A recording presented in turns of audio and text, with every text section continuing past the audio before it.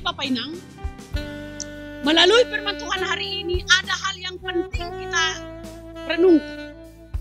Yang pertama, marilah kita untuk selalu hidup saling menolong, saling menuntun, saling memperbaiki, saling mengingatkan satu dengan yang lain kepada siapapun dan kapanpun, dimanapun kita berada.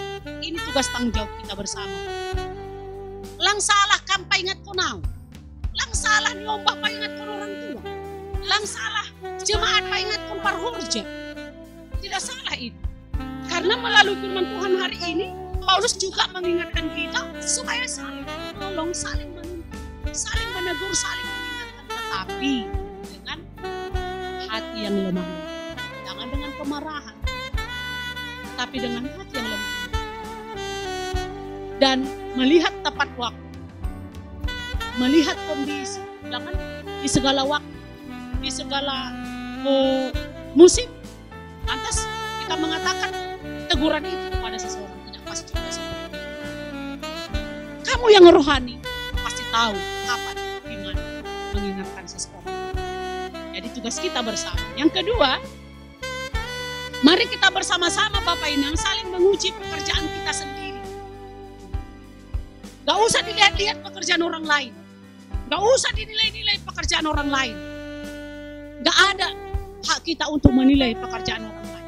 Tapi dikatakan dalam nas ini, mari kita menguji pekerjaan kita sendiri. Karena apa?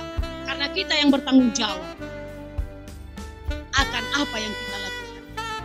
Dan kita tahu konsekuensi apa yang sudah kita lakukan. Dikatakan dalam nas ini, yang menabur baik akan menuai yang baik. Itu konsekuensi. Jadi mari kita menguji pekerjaan kita sendiri tanpa pernah melihat, menilai, mengklaim pekerjaan orang lain.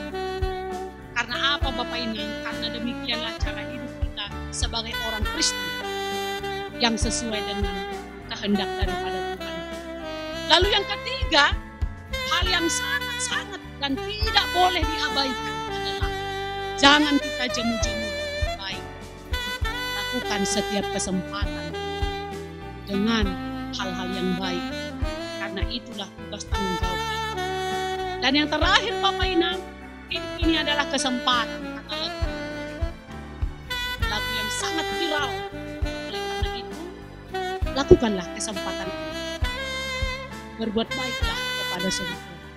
Maka firman Tuhan hari ini akan membungkus, akan menutup segala kekurangan baik yang ada pada diri kita, baik juga kepada orang lain.